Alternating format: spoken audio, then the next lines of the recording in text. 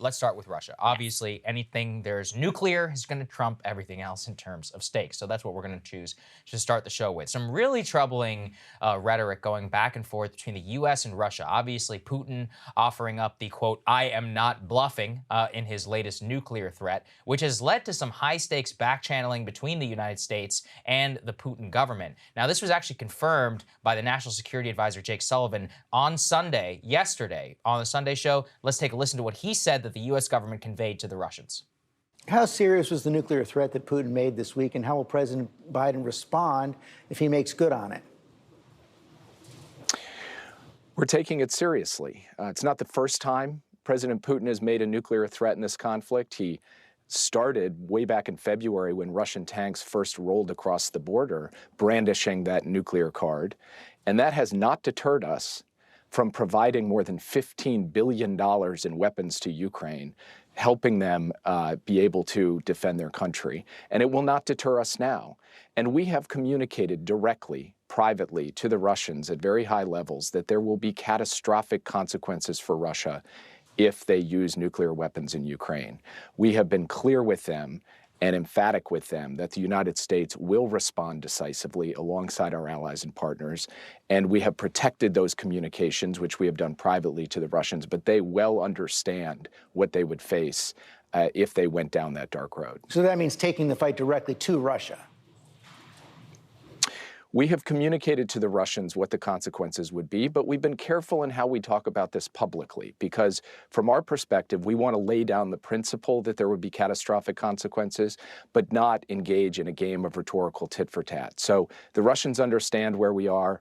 We understand where we are. We are planning for every contingency, and we will do what is necessary to deter Russia from taking this step. And if they do, we will respond decisively.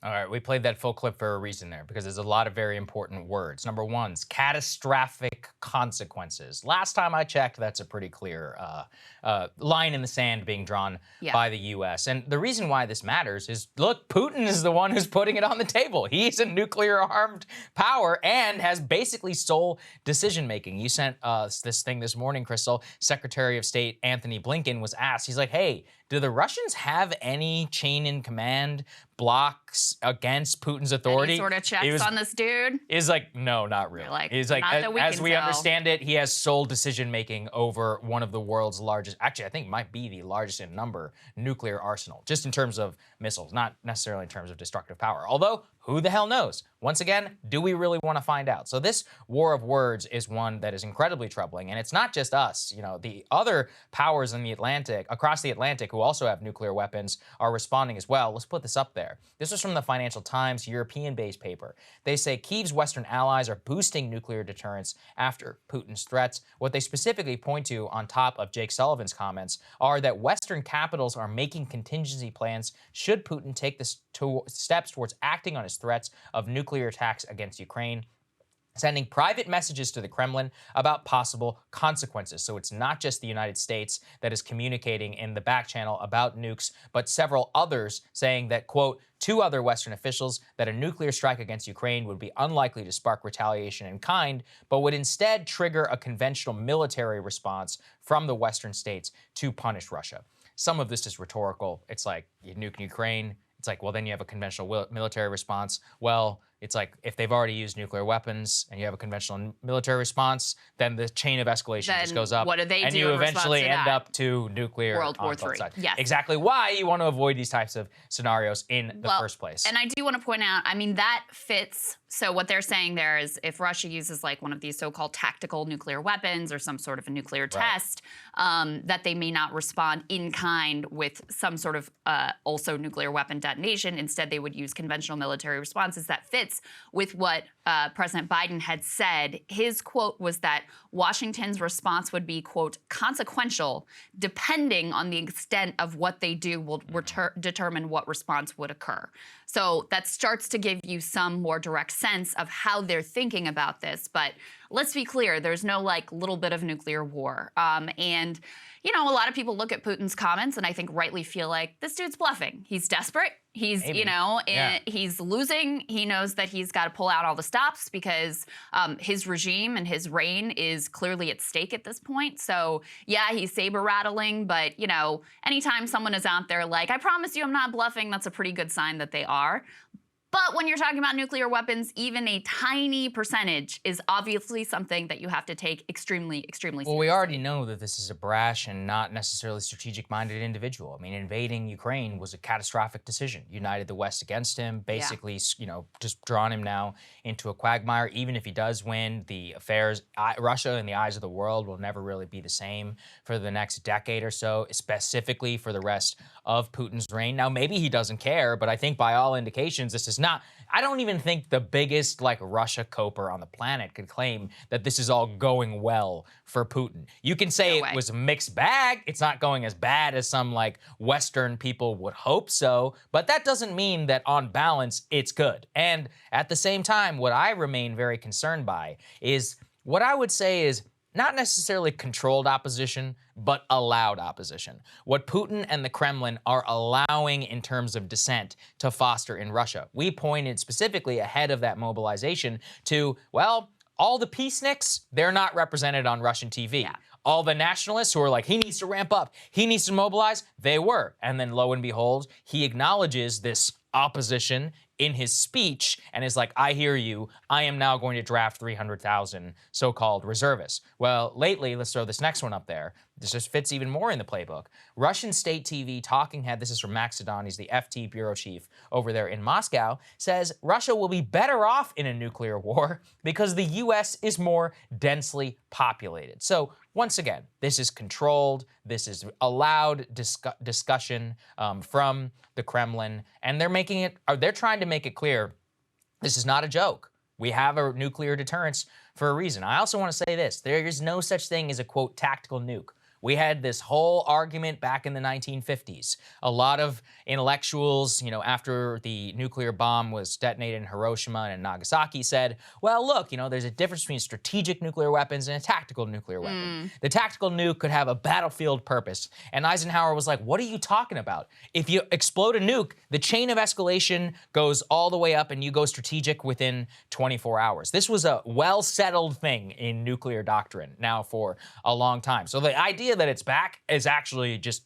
shocking insanity. Yeah. In order to even see it in the year 2022, we're forgetting many of these like kind of hard-fought nuclear taboo lessons that we had throughout the Cold War. And what scares the hell out of me is some return to some Cuban Missile Crisis type situation. Relations between us and the Kremlin are at their worst ever. Apparently right now, you know, the Chinese military command is not even answering phone calls from the Joint Chiefs of Staff here in the US. We have two nuclear powers like this. They're talking to each other. They're meeting. We're trying to read tea leaves. That's the opposite of the situation that we learned that we should have post the Cuban Missile Crisis in the 1960s. Yeah, I mean, on the positive side, at least what the intelligence reports that are being publicly reported in the news media say is that we haven't seen him sort of like moving weapons into position and actually preparing for some sort of a nuclear strike. And according, again, to the reports, there's a decent level of confidence among the U.S. military that they would see some sort of preparation before this actually occurred. So take that for what it's worth. Today, what the administration is saying is that they take it very seriously. How could you not? Biden is apparently saying privately he is really working to avoid World War III. But at the same time, you have someone who, as you said, Saagar, has behaved incredibly irrationally and whose back is up against the wall at this point. I mean, there's just no denying how poorly this is going for Putin. And no one expects this mobilization, whether it's 300,000 more or less than that, to ultimately really turn the tide, because you're talking about bodies. You're not talking about people who are really skilled. They're receiving something like 2 weeks of training. Now, many of these individuals, though, according to the reports, again, not all, have seen some sort of prior military experience. So you would think they at least know how to like handle a weapon, or at least they did at some point in their life. But when you look at the videos that are coming out of Russia, I mean, a lot of these men they're on the older side. There's obviously a lot of resistance. As I mentioned before, there's actually a shooting at a recruitment center this morning. I mean, there seems to be, and it's very hard to judge from the outside, but there does seem to be significant upheaval over this mobilization, which is why, Putin anticipated this. This is why he tried this initial strategy of let's have the, all volunteer fighting force. Let's try to protect the population from any of the sort of reverberation. So he is on very, very shaky ground, and that all means that, these things that might seem like they would be insane actions, when he is in a corner thinking about whether he is going to survive in a position of power, whether his regime is going to survive, whether the country is going to move forward, that's when these seemingly insane decisions start to be contemplated by people like Putin. Yeah, and there's an interesting thread here that I found late last night from a professor from my graduate program, Caitlin Talmadge at Georgetown. Here's what she writes. Putin's mobilization effort has proven immediately chaotic and unpopular. There are a bunch of substantive reasons to think it won't just improve military performance, if ever. The prospect of Russian mobilization combined with looming winter creates a window of opportunity where Ukraine may push hard to make gains in the south, comparable to those that it has made now in the northeast. We are getting more reports of Russian forces in the south being in disarray. This sets up a non-crazy scenario where Ukraine pushes hard against the vulnerable and extended Russian forces and makes significant territorial gains. If the Russians not only lose personnel in this scenario, but much of their best remaining equipment, it would be a second humiliating defeat for Putin and threaten political support for mobilization at home, which is what would open the door to a possible nuclear scenario. And Putin, from his rhetoric, and at this point, I think we should take the guy seriously, even if he does bluff and lie. At the end of the day, he did invade Ukraine. Well, he seems to believe in his head that he could use a quote-unquote tactical nuke. They don't have necessarily, I guess, the same nuclear taboo over there, or at least in Putin's mind, to try and basically just force Kyiv to capitulate overnight. And from that point, he wins the war, it's over, NATO doesn't even get the chance in order to quote-unquote escalate or respond. Now, I think that's fantasy and that's crazy. But in the minds of a crazy man who is already, high-stakes gamble, has pressure from all sides, to lose.